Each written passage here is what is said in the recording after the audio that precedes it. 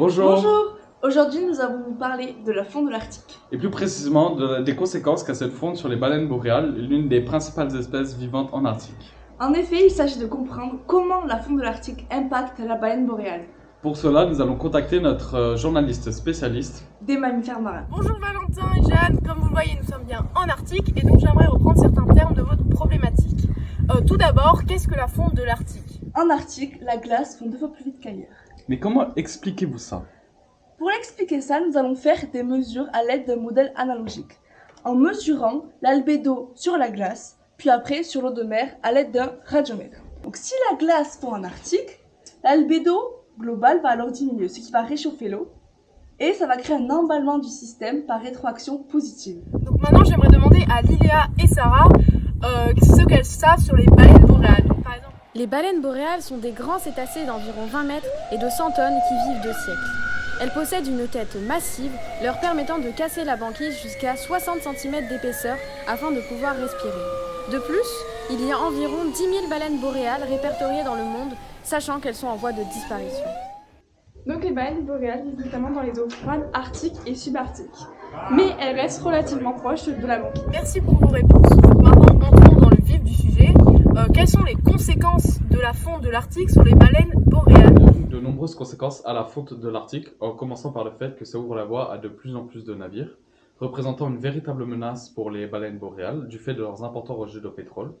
De plus, par rétroaction positive, la température de l'eau augmente et perturbe ainsi le cycle de vie de certaines espèces, dont les baleines boréales, puisqu'elles vivent habituellement dans des eaux froides. La fonte accélérée des glaces en Arctique par amplification polaire, comme nous l'avons vu précédemment, perturbe les courants océaniques, notamment ceux du Gire du Beaufort. Le Gire de Beaufort stocke de l'eau douce à la surface de l'océan Arctique.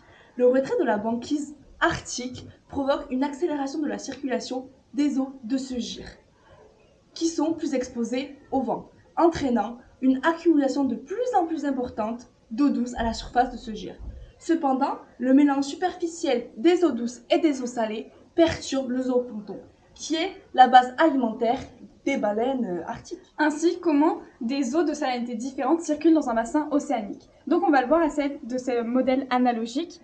Donc, nous pouvons voir que l'eau salée circule en profondeur tandis que l'eau douce circule à la surface, car l'eau salée est une densité plus forte que l'eau douce. Donc si ce processus se poursuit, le gire pourrait devenir plus instable et déverser une plus grande quantité d'eau peu salée, ce qui engendrerait des répercussions climatiques à l'échelle planétaire.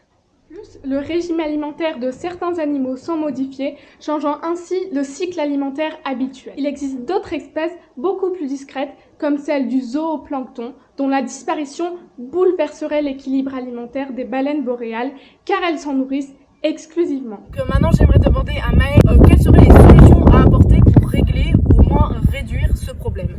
Il faudrait commencer par ajouter des réserves naturelles, tout en continuant d'avoir sur elles une surveillance en continuité.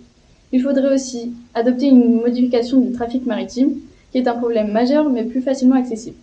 Et enfin, nous devons réduire radicalement nos émissions de gaz à effet de serre à l'échelle individuelle et collective. Pour conclure, les baleines boréales sont très touchées par la fonte de l'Arctique.